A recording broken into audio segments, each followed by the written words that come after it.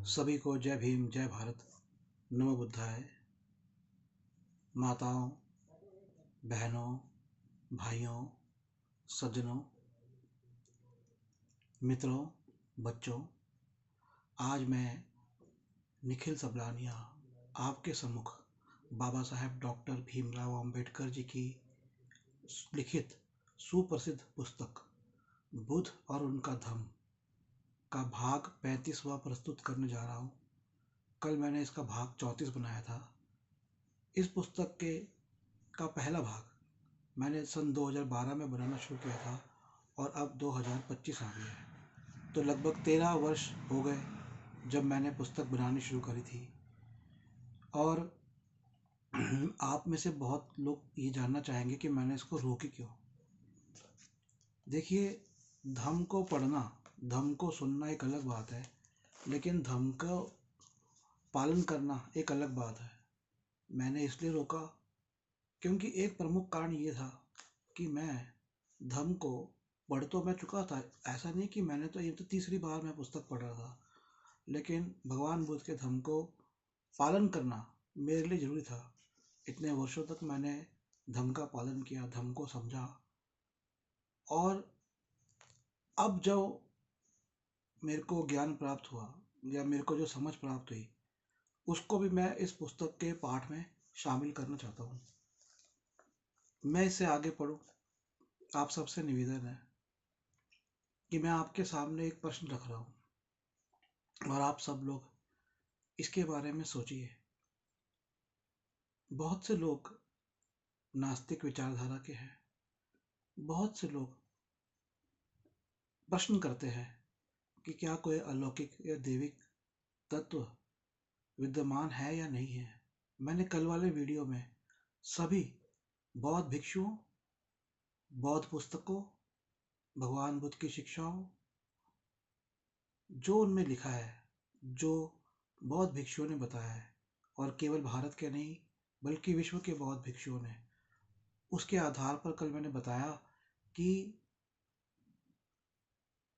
बौद्ध धर्म में और भगवान बुद्ध के कथनों में कहाँ कहाँ हमें दैविक तत्व मिलता है। अब मैं आप सबसे एक प्रश्न पूछता हूँ। इस पूरे ब्रह्मांड में अभी तक हमें मनुष्य जैसा दूसरा जीव नहीं मिला। बौद्धों में भगवान बुद्ध की एक कथन है कि ये जो मनुष्य का जीवन होता है, ये सबसे दुर्लभ है, क्योंकि मनुष्य के जीवन से ही आपको निर्वाण प्राप्त हो सकता है। बहुत से लोग बुद्धिज्म को नास्तिक धर्म मानते हैं, लेकिन वे उनकी पूरी समझ नहीं है। बौद्ध धर्म में एक बात कही जाती है कि ये जो मनुष्य का जीवन है, इसी जीवन में आप धर्म को समझ सकते हो। देवता भी, बाकी योनियां तो हटा दो, प्रेत, यक्ष, पशु, ऐसे कई योनियां हैं। 7 योनियां बताई गई है प्रमुखता। फिर 7 योनियों में अलग अलग विभाजन है और बहुत से लोग भी बताए गए हैं। लेकिन मनुष्य, ना कि देवता भी, केवल मनुष्य ही वह है जो कि बुद्धत्व की प्राप्ति करके निर्वाण निर्वाण की प्राप्ति कर सकता है।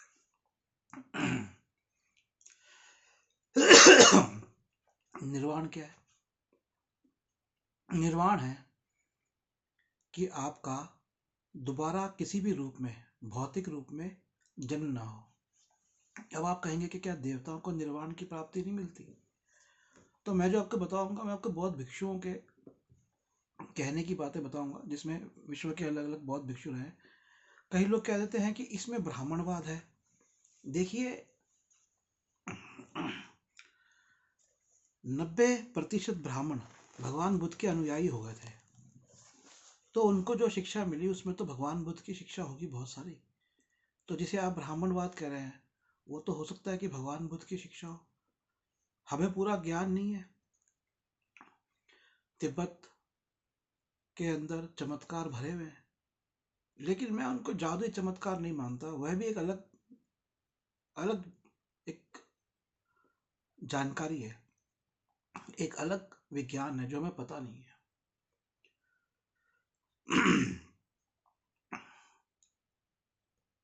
तो बौद्ध विचारधारा में, बौद्ध दर्शन में एक बात है कि मनुष्य का जीवन बड़ा दुर्लभ होता है। देवताओं का जीवन, देवता भी निर्वाण प्राप्ति नहीं कर सकते, क्योंकि देवता कौन होते हैं? बौद्ध धर्म में देवताओं के बारे में जो बताया गया है भिक्षु द्वारा कि, और बहुत कुछ आप जब हिंदू धर्म को पढ़ेंगे तो आपको वही बातें मिलेंगी, क्योंकि पहले ये धर्म अलग अलग नहीं थे। बुद्ध का धर्म, बुद्ध ने एक अपना धर्म इस्टेब्लिश किया, स्थापित किया, अपना संघ स्थापित किया, लेकिन पहले से बौद्धों की परंपरा चलती आ रही थी। और वो ऐसे होता था, देखिए बौद्ध धर्म और हिंदू धर्म में मैं आपको फर्क बताता हूँ क्या है। आप ग्रेजुएशन करने जाते हैं तो वो आपका हिंदू धर्म है, आप जब मास्टर्स में जाते हैं तो आपका बौद्ध धर्म है ना, सिंपल। तो आप मास्टर्स बौद्ध धर्म में करिए, आप मास्टर्स जैन धर्म में करिए। ये भारतीय परंपरा के हिसाब से मैं आपको बता रहा हूँ। तो कि कोई भी अगर भगवान बुद्ध का शिष्य बनता था या संघ में जाता था, तो ये नहीं है कि उसका परिवार, बाकी लोग अगर तथाकथित हिंदू थे तो उनसे विवाह नहीं करता हो, ऐसा नहीं है कि उनसे रिश्तेदारी ना करता हो। क्योंकि जो संघ में जाके अगर भिक्षु बन गया, तो भिक्षु बन के तो विवाह या तो उसको त्यागना पड़ेगा या उसको करना नहीं पड़ेगा, तो उसका तो ये प्रश्न नहीं उठता।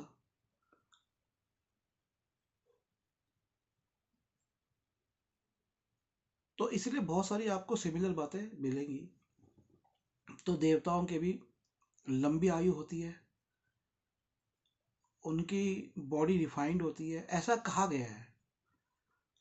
तो मेन बात पे आते हैं कि निर्वाण प्राप्ति हमारा बौद्ध धर्म के हिसाब से प्रमुख उद्देश्य है। और निर्वाण प्राप्ति क्या है? निर्वाण प्राप्ति है कि हम जो अलग अलग जीवन जीते हैं, हम कष्ट भोगते हैं, तो ये हम पदार्थ के अंदर तब्दील हो गए। अब देखिए, मैं इसको ऐसे सोचता हूँ कि वो निर्वाण क्या है, कि क्या हम किसी, जिसे हम ब्रह्मांड कह रहे हैं, क्या इस ब्रह्मांड से परे भी कुछ है? हो सकता हो। वैज्ञानिक भी आज इस बात से इत्तेफाक रखते हैं कि जरूरी नहीं कि यही ब्रह्मांड हो, कई तरह के ब्रह्मांड हो सकते हैं। तो हो सकता है कि हम किसी प्रयोग के रूप में इस विश्व में आए हो, और हम हमारा जो प्रयोग है, जैसे न्यूक्लियर बॉम्ब होता है कि एक न्यूक्लियर से न्यूक्लियर फिजन रिएक्शन होता है तो बढ़ता चला जाता है, उसको कंट्रोल करना पड़ता है। ऐसे कहीं ना कहीं हमारा जो पदार्थ में घुसना है, तो वो एक न्यूक्लियर फिजन की तरह है कि हमने पदार्थ में कहीं से घुसे, और फिर पदार्थ पदार्थ पदार्थ पदार्थ पदार्थ पदार्थ के लिए हम पागल होते जा रहे हैं और हम उसमें फंसे हुए हैं। तो हमें वापस रिवर्स जाना है, और वापस रिवर्स जाने का रास्ता भगवान बुद्ध ने बताया है। यही भगवान बुद्ध की शिक्षा है कि हम रिवर्स जाते हुए अपने, जैसे कल वाले जो वीडियो में बताया भाग 34 में, कि हम अपने कर्म को अच्छा करने लग जाए, जो पुस्तक में लिखा हुआ है बुद्ध और उनका धर्म है उसके आधार पर ही, कि हम शुभ शुभ माने अच्छे कर्म करने लग जाए, उनको संचय करने लग जाए, अच्छे कर्मों का फल संचय करने लग जाए, तो हमारी प्रवृत्ति अच्छे कर्म की तरफ जाती है। फिर उसमें भगवान बुद्ध के अष्टांगिक मार्ग है, वह अष्टांगिक मार्ग और कुछ नहीं, सदाचार है। तो हम सदाचार के ऊपर चलते जाएं, और फिर हमारे जो एक घड़ा होता है ना, कर्मों का घड़ा भरता जाए। तो वहीं पे पुस्तक के आधार पे बता रहा हूँ कि क्या लिखा है, कि जब आपका अच्छे कर्मों का घड़ा घड़ा भरने में समय लगता है, लेकिन जब वो घड़ा भर जाता है तो उसका आपको उन सब कर्मों का फल मिलता है। तो अंततः उन सब कर्मों का फल होता है निर्वाण। ये बौद्ध धर्म का सार है। और यदि आप पाप कर्म करते जाते हैं, जिसे हम अशुभ कर्म कहते हैं, तो उनका घड़ा भी भरना लगता है। और फिर उसका असर क्या होता है? उसका असर ये होता है कि आप देखिए, आप एक स्थान से दो स्थान है, एक जगह है, वहां से दो स्थान है। एक आपका शुभ कर्म का स्थान है, वो है निर्वाण। वहां पहुंच गए तो वहां पहुंच के आप वापस नहीं आओगे और आगे का रास्ता कोई नहीं होगा। दूसरा रास्ता है पदार्थ का, जीवन को भोगते जाओ, बुरे कर्म करते जाओ, छल कपट मार काट करते जाओ, करते जाओ, करते जाओ, तो वो रास्ते पे जब आप जाते हो तो आप वापिस आ सकते हो, लेकिन वो रास्ता एक ब्लैक होल की तरह होता है जो आपको खींचता खींचता चला जाता है और कभी खत्म नहीं होता। तो आप पदार्थ के नाना रूप लेते जाओगे और हो सकता है कि एक दिन हम खत्म हो जाएं अचानक किसी प्राकृतिक आपदा, जैसे कोई एस्ट्रॉयड आके गिर गया। तो तब ये धम बचेगा ना, कोई बताने वाला बचेगा। लेकिन क्या यदि हम मान लें कि पृथ्वी के 800 करोड़ लोग किसी उल्कापिंड की वर्षा से खत्म हो जाए, तो क्या उनकी, अगर हम आत्मा में या चेतना में विश्वास रखते हैं, क्या वह खत्म हो जाएगी? क्या वह बिल्कुल नहीं बचेगी? मैं इस बारे में ये मानता हूँ कि ये होना या नहीं होना भी कहीं ना कहीं एक ऐसी दैविक शक्ति के हाथ में है जिसने संसार का निर्माण किया है। कहीं ना कहीं देखिए, भगवान बुद्ध ने, ओशो ने भगवान बुद्ध के बारे में एक बात कही कि जब भगवान बुद्ध से पूछा गया कि क्या कोई ईश्वर है, तो उन्होंने कुछ जवाब नहीं दिया। क्या कोई ईश्वर नहीं है, क्या कोई ईश्वर नहीं है, इस पर भी उन्होंने कोई जवाब नहीं दिया। तो ओशो कहते हैं कि उन्होंने बहुत अच्छा जवाब दिया। तो ओशो बड़ी अच्छी बात कहते हैं कि अगर वो कह देते नहीं है, तो इंसान कभी शांत नहीं होता, वो खोज में लगा रहता और उसकी खोज गलत दिशा में जाती। अगर वो कह देते है, तो इंसान इंसान हो सकता है कि या तो उनको ईश्वर मान लेता या उसकी खोज खत्म हो जाती। तो बुद्ध ने तो समझ लिया कि कुछ है, बुद्धत्व तो उनको मिल गया। जब, एक बात बताइए, अगर मान लीजिए आपके पास, मैं आपको एक छोटा सा उदाहरण देता हूँ कि आपके पास एक प्राकृतिक शक्ति ऐसी आ गई कि आप अपने स्वप्न में भविष्य देख रहे हैं, और ये मैं अपने आधार पे कह रहा हूँ। जैसे कल वाली वीडियो में मैंने बताया कि एक आध्यात्मिक जीवन जीते हुए कि मैंने सपनों का, अपने सपने देखने और बाद में उनके बारे में सोचने और कई चीज़ें ऐसी मैंने करी, तो मैंने उनमें सत्यता पाई कि उसमें भविष्य भी होता है। तो आप बताइए कि अगर आपके पास ऐसी प्राकृतिक शक्ति आ गई, सेवन सेंस, सिक्स नहीं, सेवन सेंस। अब मैं आपको बताऊंगा कि सेवन सेंस क्यों बोल रहा हूँ, सिक्स क्यों नहीं बोल रहा। ये भी बौद्ध धर्म के आधार पे, बौद्ध धर्म के अंदर छह सेंस होती है। हमारे विज्ञान हमें पांच सेंस पढ़ाता है। क्या? जीवा, टेस्ट, आंखों से देखना, कानों से सुनना, तीन। चौथा जिसे हम इंद्रिया बोलते हैं, टच। लेकिन ये जो टच होती है, और पांचवा क्या होता है, सूंघना, ये होती है। लेकिन जो टच होता है ना, इसको बॉडी मानते हैं बौद्ध धर्म में, शरीर, ये सेंस होता है। तो शरीर से खाली टच की सेंस नहीं होती हमारे शरीर में। ये एक बड़ी इंपॉर्टेंट बात है कि बौद्ध धर्म में पांचवी जो सेंस है वो टच, सिर्फ छूना नहीं माना गया, बॉडी मानी गई, शरीर माना गया। क्यों? हमारे शरीर का भी विज्ञान है। हमारे शरीर में जो भी तंत्रियां हैं, जो भी नर्वस सिस्टम है, जो पूरे शरीर को जोड़ता है, वो पूरे उस तंत्रिका का भी विज्ञान है। अच्छी अनुभूति होने पर हमारे शरीर में एक जगह कुछ फीलिंग्स आने लग जाती हैं, कुछ बुरी, कुछ घटने लगता है, तो हमारे एक हाथ में, उल्टे हाथ में कुछ होने लगता है। कई लोग और बातें भी कहते हैं। मस्तिष्क के अंदर तरंगों का अलग अलग क्षेत्रों में, अगर आपका कहीं पे युद्ध होने वाला है, लड़ाई होने वाला है, कोई झगड़ा होने वाला है, तो आपका जो माथा है, उसका जो ऊपरी क्षेत्र है जहाँ पर हम मुकुट धारण करते हैं, वहाँ पर, या जहाँ पर सींग उगते हैं पशुओं के, जो मनुष्य का वो क्षेत्र होता है सिर का, ये क्षेत्र, तो यहाँ पर आपको एक तरंगे फील होंगी। लेकिन वहां तक पहुंचने के लिए आपको बहुत आध्यात्मिक जीवन जीना होता है। तो बौद्ध धर्म के अंदर ये छह, अब छठी क्या है बौद्ध धर्म के अंदर, तो पांचवी जिसे हम टच कहते हैं विज्ञान में, बौद्ध धर्म में है बॉडी, फुल बॉडी। कि पूरी बॉडी के अंदर हमारी सेंस ऑर्गन्स, हमारे जो पूरी बॉडी के अंदर ऐसे एक शक्ति है जो कि आपको आभास करा सकती है। और ये कोई अलग चीज नहीं है, मनुष्य को ये कुछ ऐसा नहीं है कि कुछ विलक्षित चीज मिला हो जो बाकी प्राणियों में ना हो। बाकी सांप हो गया, सांप की पूरी बॉडी अपने आप में एक तरह की इसी तरह से रिएक्ट करती है कि उसके आसपास कोई उसकी पूरी बॉडी को, और बाकी भी और जीव है। और जो छठी इंद्री होती है, छठी सेंस होती है, वो होती है माइंड। माइंड को विज्ञान, वहाँ पर वेस्ट में तो सिक्स सेंस माइंड बता दिया गया, लेकिन सेवन सेंस भी बुद्धिज्म में है। लेकिन सेवन सेंस पे हम बाद में जाएंगे, लेकिन ये सिक्स सेंस है, माइंड है। माइंड क्या है उसको तो समझना बहुत मुश्किल है, उस पर चल रही है बात। तो मैं कह रहा हूँ कि आपको मान लीजिए एक और इंद्रिय आ गई, वो आ गई स्वप्न इंद्रिय, कि आपने स्वप्न में भविष्य देखने लग गए।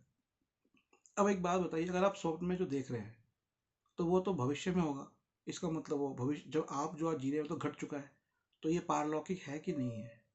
अगर हम भगवान बुद्ध की शक्ति लें, जो मैंने कल एक बताया था, जो कि विनय पिटक में है, कि जब एक काले नाग को उनके समीप लाने की कोशिश की गई तो वो नाग ही भस्म हो गया।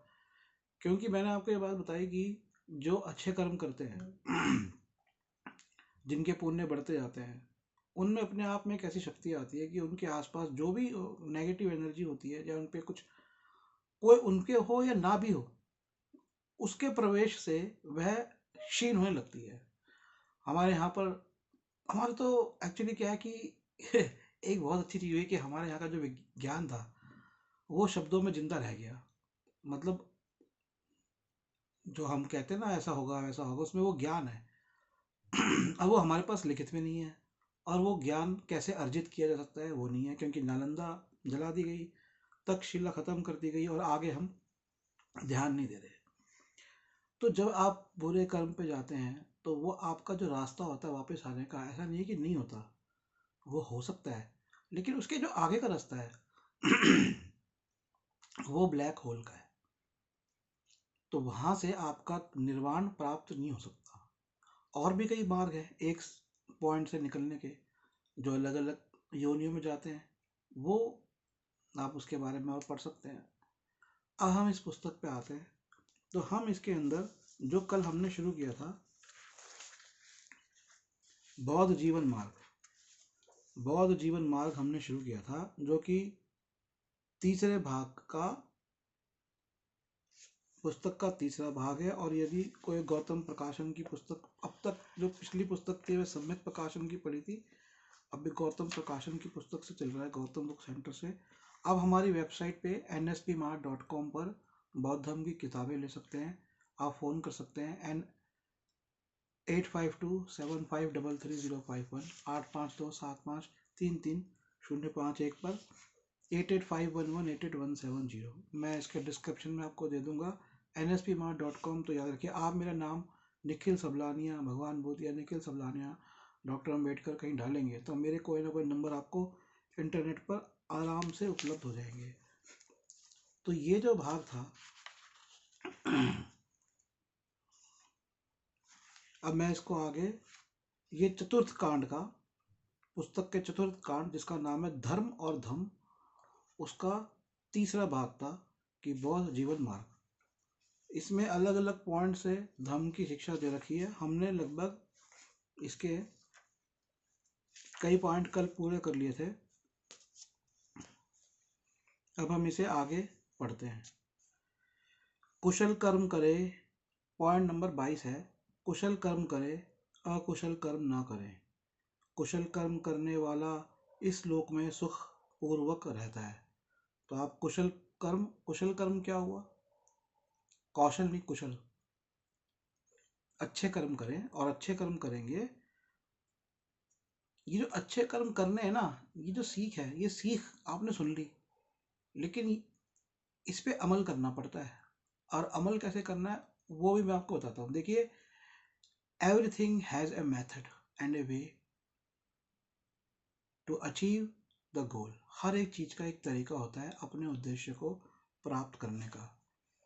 आपको एक बात ध्यान रखनी है कि आपके मन में जो भी ज्यादातर विचार आएंगे वो हमेशा नेगेटिव आएंगे, गलत विचार आएंगे।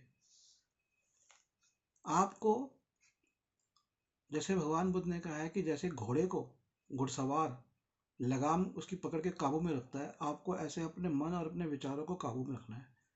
जहां जो नेगेटिव विचार उठे उसको पॉजिटिव कर दो। लेकिन इसमें आपको एक बात और ध्यान रखनी है, भगवान बुद्ध ने कहा है कि करुणा अपने प्रति। तो ऐसा नहीं है कि आपको अंधा हो जाना है। अगर सामने वाले लोग खराब और गलत है कोई, तो आपको बल्कि और दिमाग खोल के उनको पकड़ना है। कि वो लोग कहाँ गलती कर रहे हैं, कहाँ धोखा दे रहे हैं, कहाँ झूठ बोल रहे हैं, कहाँ अकुशल कर्म कर रहे हैं। लेकिन अब आपको ये नहीं करना कि उनसे लड़ना झगड़ना है। आपको जैसे दलाई लामा जी ने कहा है, संवाद करना है उस बात के ऊपर। खुल करके देखिए आप ये कर रहे हो, ये गलत है, इस तरह से। इसके इससे भी बात ना बने, आगे क्या हो? क्या आपको शारीरिक बल का प्रयोग करना पड़े? क्या आपको युद्ध करना पड़े? उसके ऊपर भी भगवान बुद्ध के ही शिक्षा के आधार पर, और इस पुस्तक के अंदर भी वो शिक्षा है। मैं आपको कहता हूँ, अब जैसे सेना है, युद्ध करना है, तो भगवान बुद्ध ने अब जो सैनिक युद्ध ना करके आकर संघ में शामिल हो गए थे उनको वहां से निकाल दिया था। उन्होंने कहा था नहीं, आपका जो कर्म और आपका जो धर्म है, जो आपने प्रण लिया है, वह प्रण आप लीजिए।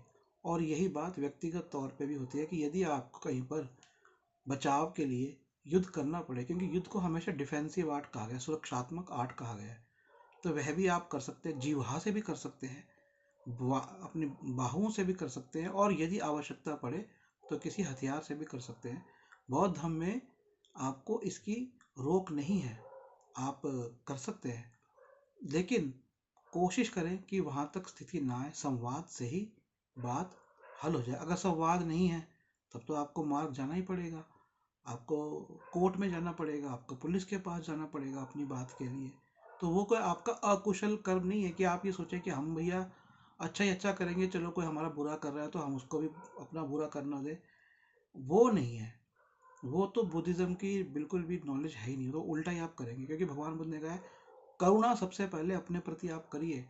जब, क्योंकि आप जब बचेंगे तभी तो आप, मान लीजिए आप बचेंगे, आप कुशल अच्छे कर्म करेंगे, आप धम्म को समझेंगे, धम्म को फैलाएंगे, हो सकता है और लोगों को आप निर्वाण का रास्ता बताएं, तो फिर आपकी आवश्यकता है ना। तो आप ये थोड़ी ना कि किसी दुष्ट के आगे आके अपने आप को कटने देंगे और खत्म होने देंगे।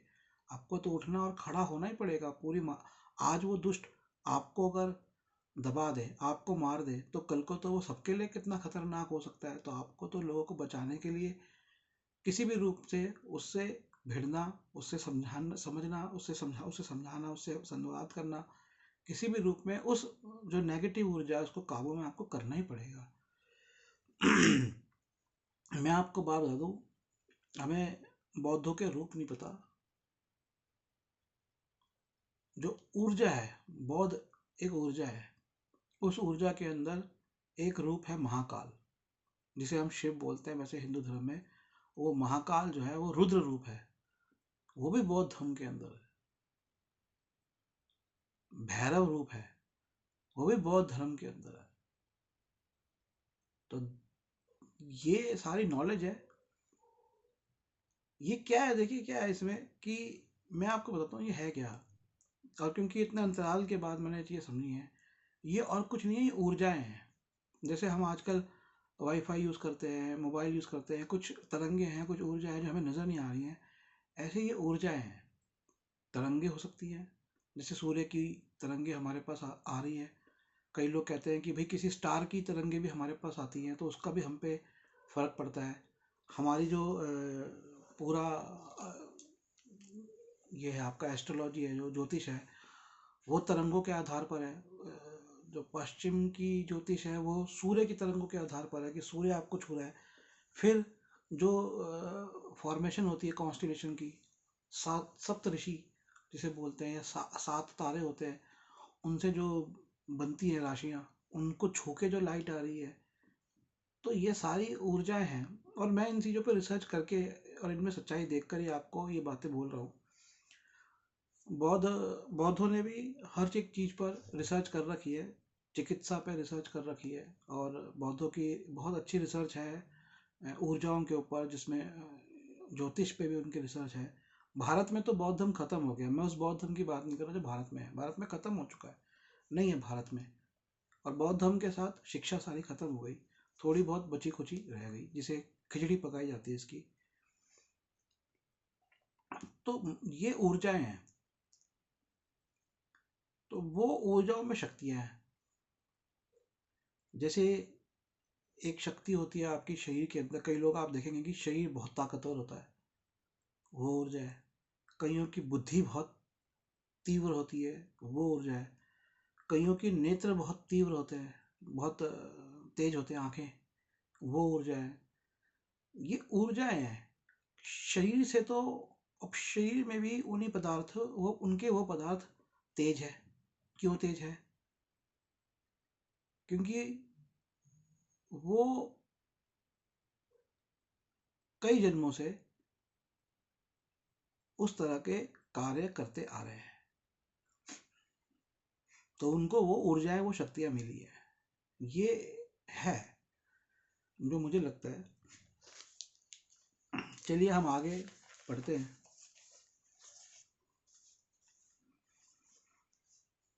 कामुकता से दुख पैदा होता है, कामुकता से भय पैदा होता है। जो कामुकता से एकदम मुक्त है उसे न दुख है और न भय है। अब यहाँ पर कामुकता की बात कही है, तो कामुकता से दुख पैदा होता है, कामुकता से भय पैदा होता है। जो कामुकता से एकदम मुक्त है उसे न दुख है और न भय है।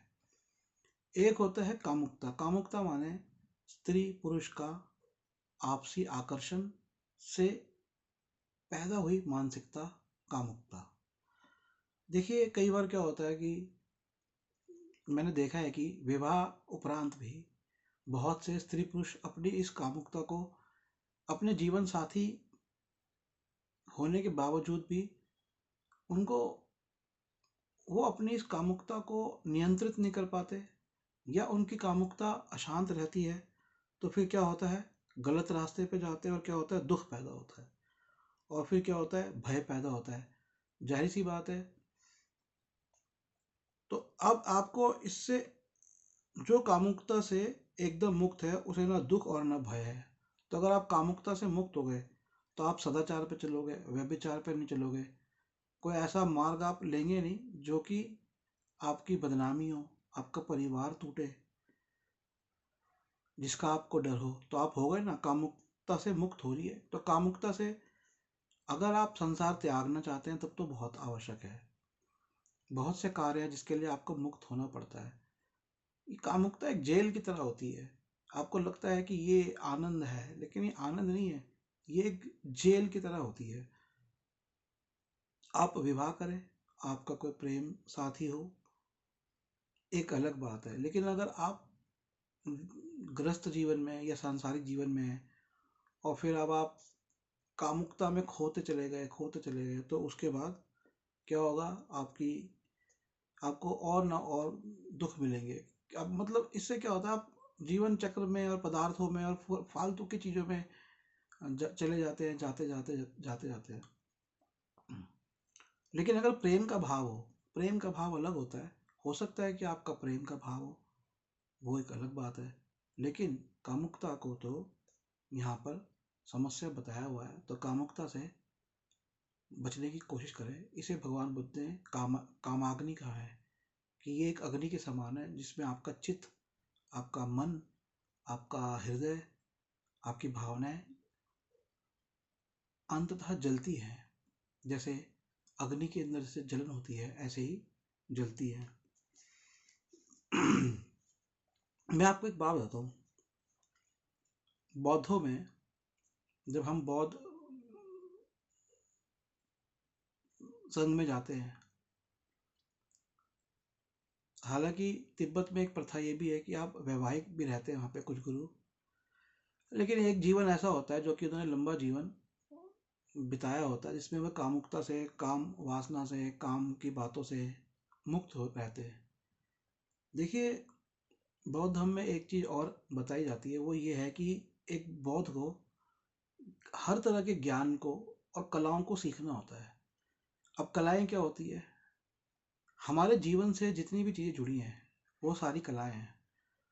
खाना बनाना भी कला है, कपड़ा बनाना भी कला है, खेती करना भी कला है, पशुपालन भी कला है, चित्रकारी कला है। तो जितनी भी हमारे जीवन को निर्वाह करने के लिए आवश्यक वस्तुएं होती हैं, उनको बनाना भी कला है। तो एक बौद्ध भिक्षु को ये नहीं कि वह इनमें लिप्त हो जाएगा, अब उसको लिप्त होने से मना किया गया, इसलिए उसे कहा गया कि वह जीवन के कोई कार्य नहीं करेगा जीविका के लिए। लेकिन जब वो एक बौद्ध जीवन जी रहा है तो वहां पर वो करता है। पहले के बौद्ध ग्रंथों में बहुत ग्रंथ जो है पुराने ग्रंथ जिसे हम कहते हैं कपड़ों के ऊपर है, वो कपड़ों पे कैसे बचे हैं। तो वो कपड़ों पे कैसे बचते थे, भारत में तो पेड़ों की खाल पर हाथ से, पेड़ों की छाल पर, खाल नहीं छाल पर हाथ से लिखा जाता था। लेकिन एक और तरीका था, और हो सकता है कि वो भारत में भी हो। जैसे ये किताब होती है ना, किताब, तो वो किताब बड़े कम से कम 2 फुट की लंबी प्लेट पे हाथ से पूरा गोदते थे, दोनों हाथों से पूरा गोदते थे। पूरा टेक्स्ट, पूरा जो भी उनको लिखना है किताब के, एक पेज मान लीजिए, एक पेज उन्होंने बना लिया और उसमें 100 वर्ड आ गए, तो वो 100 के 100 जो शब्द थे और जो उनके 1000 अक्षर होते थे, वो पूरे हाथ से तराशते थे, तराश कर पूरी किताब के रूप में बनाते थे।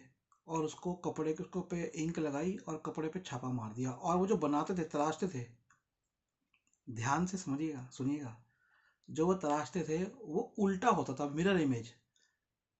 तो उनकी बुद्धि सोचिए। तो ऐसे करके उन्होंने हजारों ग्रंथ, मतलब हजारों तरह की नॉलेज हाथ से तराश तरा के उनके ग्रंथ बनाए।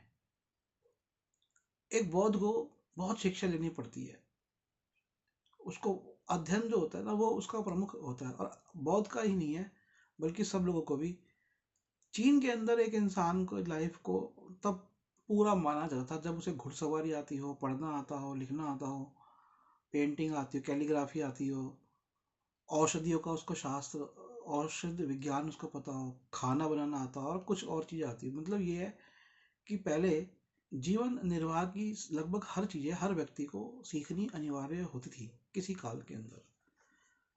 तो जब बौद्ध होते हैं, जब वो अपनी कामुकता से ध्यान हटाते हैं तो उनके दिमाग का विकास होता है।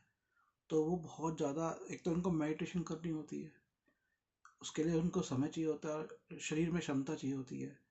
दूसरा, उनको अध्ययन बहुत करना होता है, और अध्ययन के लिए आप देखिए जो छोटे बच्चे होते हैं उनकी ऊर्जा देखिए, उनमें कामुकता नहीं होती, उनकी ऊर्जा देखिए, विशाल ऊर्जा, और कहेंगे कि खत्म ना होने वाली ऊर्जा होती है बच्चों में। वो सुबह स्कूल भी जाते हैं, आते हैं, खेलते हैं, कूदते हैं, पढ़ भी लेते हैं, और इतने नवीन विचार उनमें आते हैं, कितनी तरह के काम करते हैं। क्यों? क्योंकि उनमें कामुकता नहीं होती, काम वासना से वे विमुक्त होते हैं। तो ये बहुत महत्वपूर्ण एस्पेक्ट है। आप अपने जीवन में, चाहे आप किसी भी धर्म का पालन करें, चाहे किसी भी क्षेत्र के हों, चाहे आप सन्यासी हो ना हो, एक एक्सपेरिमेंट करके चलिए इसके ऊपर, तो आपको इसके सुपरिणाम ही मिलेंगे। आधुनिक विज्ञान क्या कहता है उस पर नहीं जाइए, क्योंकि आधुनिक विज्ञान अभी बहुत ही नवीन स्टेज पर है। कई चीज़ों में, कई चीज़ें उनकी आगे है, लेकिन कई चीज़ों में वे बहुत ही अभी शिशु जैसे होता है ना, शिशु की तरह है वे आधुनिक जो चिकित्सा है, या आधुनिक मनोवैज्ञानिक जो बोलते हैं। भूख सबसे बड़ा रोग है, संसार सबसे बड़ा दुख है। तो सबसे बड़ा रोग क्या है? भूख। भूख एक ऐसा रोग है कि हर 5 घंटे में अगर उसको 6 घंटे में कुछ ना मिले तो इंसान हाय मैं मर गया, हाय मैं मर गया बोलता है। तो भगवान बुद्ध कहते हैं कि वह सबसे बड़ा रोग है। और संस्कार, यहाँ पे संस्कार लिखा है, मुझे तो संसार होना चाहिए, संस्कार, यहाँ पर संस्कार सबसे बड़ा दुख लिखा है, लेकिन संसार होना चाहिए। इस पे मैं अभी कोई टिप्पणी नहीं दूंगा, आगे बढ़ता हूँ। जो इस यथार्थ बात को जान लेता है उसके लिए निर्वाण सबसे बड़ा सुख है। तो जो इस बात को समझता है, तो भूख क्यों लग रही है बार बार? देखिए यहाँ पर यही है कि हम सब धर्म, हमने अलग अलग धर्म कर दिए, लेकिन हमने एक बात नहीं सोची कि शिक्षा तो सब धर्मों में एक है। तो जैसे हमें बाकी धर्मों में मिलता है कि पहले जब भगवान ने 2 जीव बनाया, आदम और हवा, एडम और ईव बनाए, तो वे, उनको खाना नहीं खाते थे, उनको जरूरत नहीं थी भूख की, उनको भूख नहीं लगती थी, मतलब जरूरत नहीं थी भोजन की, उनको भूख नहीं लगती थी। लेकिन जैसे ही वो हवा ने, ईव ने सेब खाया तो सबको भूख लगने लगी। तो कहीं ना कहीं ये सारी जो जानकारी और नॉलेज है ना, पुरानी है, प्राचीन नॉलेज है, जो ये है एक, अब ये अलग अलग धर्मों में विभाजित हो गई है, लेकिन निकल के आती है बार बार एक ही। तो वो यही कह रहे हैं कि ये संसार सबसे बड़ा दुख है। तो अब जैसे उस उन कहानियों में भी हमें पता लगता है, वही बात यहाँ आ रही है कि जो संसार सृष्टि बनाई, ये मनुष्य के खेलने कूदने के लिए थी। आदम और हवा बनाए, आदम और हवा, एडम और ईव बनाए, वो खेलते कूदते थे। पर जो डेविल था, शैतान था, उसको पसंद नहीं आया, और उसने हवा को कहा कि भैया, ईव को कहा कि भैया तो खा ले ये सेब। सेब खाते ही उनमें कामुकता आ गई, और फिर उसके बाद उनको भूख लगने लगी। तो जो संसार जो उनके खेलने कूदने के लिए था, वो दुख बन गया। तो वो पदार्थ, हो सकता है ये संसार भी एक अलौकिक दुनिया का हिस्सा रहा हो, लेकिन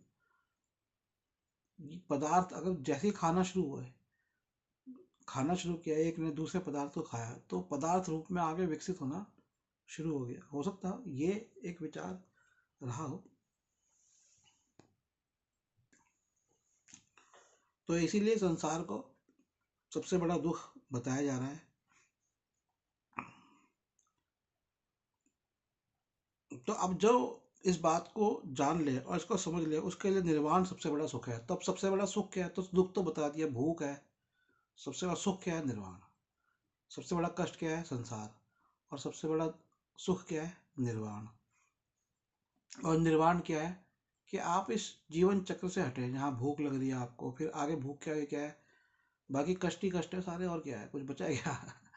मेरी तो, जब मैंने भगवान बुद्ध की शिक्षा भी ली थी, मतलब 7-8 साल का था, तो मेरे को तो तभी लगने लगा था कि ये जो संसार है ना, अब मैं गड़बड़ हूँ। मेरे को मतलब 8 साल की उम्र में एक ये भावना आ गई थी, यार कहाँ आके फंस गया।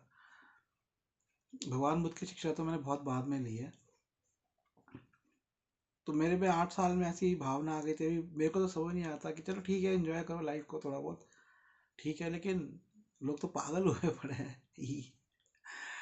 आप मेरी कुछ वीडियोस की सीरीज़ है जो कि जरूर देखिएगा, जिसमें मैंने बताया है कि जो आधुनिकीकरण है, मशीनीकरण है, उसका इम्पैक्ट हो रहा है। अभी रमेश भंगी जी के साथ मैंने एक वार्ता भी करी है कि क्या टेक्नोलॉजी बेरोजगारी मिटाएगी। उससे पहले मैंने एक वीडियो बनाया कि क्या फ्री में जो लोग दे रहे हैं आजकल राजनीतिक दल, कि क्या उससे कुछ प्रॉब्लम सॉल्व होगी, क्या एआई प्रॉब्लम सॉल्व करेगी। तो उनमें भी बहुत सारी आधुनिक बातें, विचार, जो दर्शन है अर्थव्यवस्था के ऊपर, वह भी मैं बता रहा हूँ, वह भी जरूर सुनिए।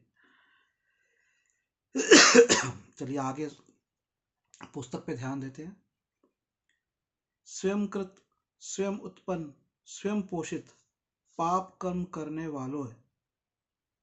वाले को ऐसे ही पीस डालता है जैसे वृक्ष मूल्यवान मणि को भी। तो ये कह रहे हैं कि स्वयंकृत, स्वयं का किया हुआ, स्वयं उत्पन्न किया हुआ, और स्वयं पोषित और स्वयं पाला हुआ पाप कर्म करने वाले को ऐसे ही पीस डालता है जैसे वज्र मूल्यवान मणि को।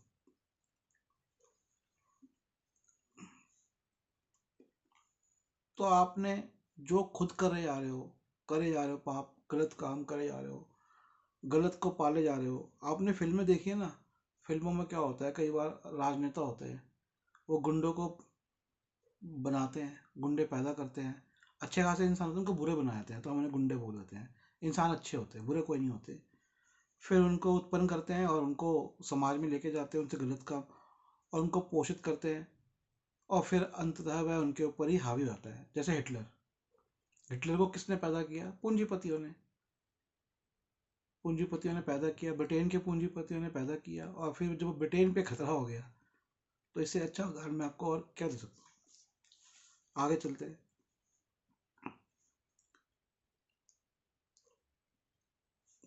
जो आदमी अत्यंत दुखशील होता है वह अपने आप को उस स्थिति में पहुंचा देता है जहां उसका शत्रु उसे चाहता है, ठीक वैसे ही जैसे आकाश बेल उस वृक्ष को जिसे वह घेरे रहती है। तो जो आदमी अत्यंत दुखशील होता है, मैंने देखा है कि बहुत से लोग हमेशा दुखी रहते हैं। अच्छा खाना मिल रहा है दुखी, अच्छा रहना मिल रहा है दुखी, अच्छे बच्चे हैं दुखी, अच्छा परिवार है तब भी दुखी। तो ऐसे लोगों के लिए ये बात कही गई है कि जो व्यक्ति, आदमी अत्यंत दुखशील रहता है, मतलब हर चीज में उसको दुख ही नजर आता है, अच्छी बात वो कभी कर नहीं सकता, अच्छी बात कभी सुन नहीं सकता, संतों के बीच कभी बैठ नहीं सकता, संतों की भाषा उसे समझ नहीं आएगी, अच्छे विचार तो उसे समझ ही नहीं आएंगे। हाय रे हाय रे हाय रे हाय रे करके जो हर समय रोता रहता है। तो ऐसा जो व्यक्ति होता है वह अपने आप को उसी स्थिति में पहुंचा देता है जहां उसका शत्रु चाहता है। तो उसका शत्रु वह और कोई नहीं होता, वह स्वयं होता है या वह स्वयं होती है। आदमी भी हो सकता है, औरत भी हो सकती है। तो क्या है करना है आपको। मैं आज एक बात शुरुआत में आपको कहना भूल गया, बहुत महत्वपूर्ण है, और ध्यान से सुनिएगा। परम धर्म क्या है। परम धर्म, अब जैसे कहते हैं कि जैनिज्म में, जैन धर्म में अहिंसा परम धर्म है, कि हम अहिंसा उनका मेन सिद्धांत है। तो इंसान का, मेरे को लगता है कि परम धर्म क्या होना चाहिए। और ये जो बात यहाँ पर आ रही है, हो सकता है कि जो बौद्ध शिक्षा में ले रहा हूँ उसी से मेरे को ये बात आई हो। इंसान का परम धर्म होना चाहिए स्वयं को प्रसन्न रखना। अगर इंसान स्वयं को प्रसन्न नहीं रखेगा तो वो दुख कलेश में जाता रहेगा। मैं इस पे ज़्यादा विवेचना नहीं करूँगा कि उसका शरीर खुद ब खुद खराब होना शुरू हो जाएगा। जो प्रसन्न नहीं रहेगा उसके रिश्ते खराब होने शुरू हो जाएंगे। जो प्रसन्न नहीं रहेगा वो हर काम गलत तरीके से करेगा, तो हो गई ना सारी गड़बड़। तो सबसे पहला काम क्या करना है, अपने आप को प्रसन्न रखना है। अब अपने आप को प्रसन्न कैसे रखोगे, इसके लिए आपको आज में जीना है, भविष्य की चिंता नहीं करनी है। आज भविष्य की लिए कुछ काम करने हैं, मैं ये नहीं कह रहा नहीं करने, करिए, सोच के करिए, लेकिन ये नहीं सोचिए कि उनको उनका फल मिलेगा नहीं मिलेगा। हो सकता है मिल जाए, हो सकता है ना मिले, पर आपको प्रसन्नचित रहना है। अगर प्रसन्नचित नहीं रहेंगे तो कभी भी आपका दिमाग ना काम नहीं कर सकता। जहाँ पे आपने अपने, ये जो इसमें भाव बताया हुआ है ना कि हमेशा दुखशील रहे, हमेशा दुख ला, ला, ला, ऐसे आप देखिए, आपको मैं बताता हूँ, ऐसा कोई व्यक्ति हो ना, उसके संपर्क में आप जाइए, आपकी स्थिति भी वैसी हो जाएगी। एक आलसी व्यक्ति के संपर्क में जाएंगे, आप भी आलसी हो जाएंगे। एक कंजूस के संपर्क में जाएंगे, आप भी कंजूस हो जाएंगे। एक झूठ बोलने वाले के संपर्क में जाएंगे, आप भी वैसे हो जाएंगे। तो अब आप एक बौद्ध हैं, आपको तो खुद भी निर्वाण लेना है, औरों को भी निर्वाण देना है। और निर्वाण ना भी मिले तो कम से कम जीवन तो खुशी खुशी बिताना है ना। तो आपको प्रसन्न रहना है। देखिए, अब आप कहेंगे भाई इतने दुख हैं जीवन में, हम कैसे प्रसन्न रहें। मान लीजिए बहुत बड़ा दुख है, जैसे मैं कहता हूँ बेरोजगारी भारत में बहुत बड़ा दुख है, इसको हल करना है। इसको हल कैसे करेंगे, इसको हल करने के लिए अध्ययन करना पड़ेगा, अध्ययन करके समस्या ढूंढनी पड़ेगी। ये सारे काम मैं कर रहा हूँ। जाके अब आपको नेताओं से बात करनी पड़ेगी। लेकिन अगर आपने पसंद नहीं रहे तो आप ये सारे काम कर ही नहीं पाएंगे। कैसे आप बात करेंगे अप्रसन्न चित्त से, आप तो लड़ाई झगड़ा करेंगे। अप्रसन्न चित्त से आप पढ़ाई कहाँ करेंगे, आप कहेंगे अरे भैया मैं तो कुछ पढ़ूंगा नहीं, ये तो समस्या है, ये तो सदियों से चली आ रही है, आगे चली आएगी, बहुत प्रॉब्लम है, पॉपुलेशन है, ये है, वो है, फला है, फला है। कोई भी समस्या हो सकती है, तो क्या वो सॉल्व हो पाएगा, नहीं। तो मेरा आप मानिए बात कि प्रसन्नता परमो धर्म, इस मूल मंत्र को ले लीजिए कि प्रसन्न रहना है। प्रसन्न का अर्थ क्या है कि आपको दुख वाली सोच में नहीं जाना। मैं तो ऐसे गाने भी नहीं सुनता जो रोने धोने वाले हो। तो किसी ने कहा कि भैया ये तो कब्रिस्तान वाले गाने हैं। मैं तो रोने धोने वाले गाने भी नहीं सुनता। ये जीवन है, थोड़ा सा जीवन है, इसमें क्या रोना धोना लगा के रखना है। रोना होता है, दुख होता है, प्रकट करें। सच, लेकिन आप ये देखिए कि कई लोगों ने दुख को भी व्यापार बना रखा है कि नहीं। दुख भरे गाने, दुख भरी बातें, अरे भैया जबरदस्ती है, तेरा दुख है, तू तू उसको खत्म कर ले, उसको मैनेज कर ले, दूसरे में क्यों बांट रहा है। और अगर चल तूने एक बार कर दिया, अच्छी मंशा से कर दिया, तो ये था ना कि बार बार कुछ गाया कि आप देखिए, तेरे बिछड़े हुए मुझे नहीं आती तेरी, अरे भाई क्या बात है। खुद ये ऐसे गाने सुना सुना के अरबों रुपया कमा के आलीशान जीवन आप जी रहे हो तो क्यों बेवकूफ बना रहे हो दुनिया को? गलत बात है कि नहीं है? प्रसन्न रहो, प्रसन्नता की बातें करो। अरे यार प्रॉब्लम है, इधर का नहीं उधर का नहीं, ऐसे सॉल्व करो, खत्म करो उसको, बात को, फिर प्रसन्न हो जाओ। यही तो भगवान बुद्ध कह रहे हैं, प्रसन्न रहो, मग्न रहो।